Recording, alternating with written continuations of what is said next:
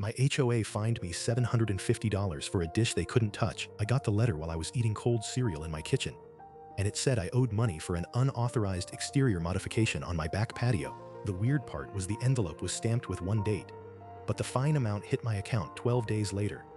My neighbor Carla marched her clipboard past my window that same morning, stopped at my fence and snapped, "That ugly dish has to go. We enforce standards here." I looked at her shoes, then I looked at the dish. It had been there for 2 years.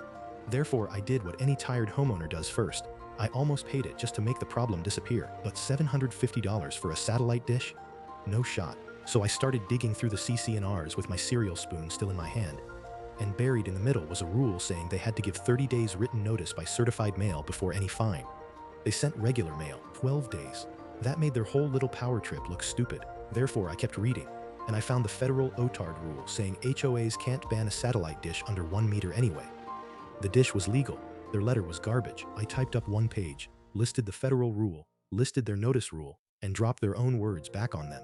2 days later, Carla called me from the HOA office and said, "We can remove the fine as a courtesy if you stop pushing this." I laughed so hard I nearly knocked my coffee into the sink. "Courtesy?" I said. "You charged me for breaking a rule that doesn't exist." She went quiet. Therefore, I sent the letter to every board member, plus the management company, plus the address for their attorney listed in the docs. 4 days after the first letter, the charge vanished from my account. The final note said the fine was withdrawn. My wife printed the whole thing out and taped it inside our pantry door. Carla still has to pass my patio every week. The dish is still there.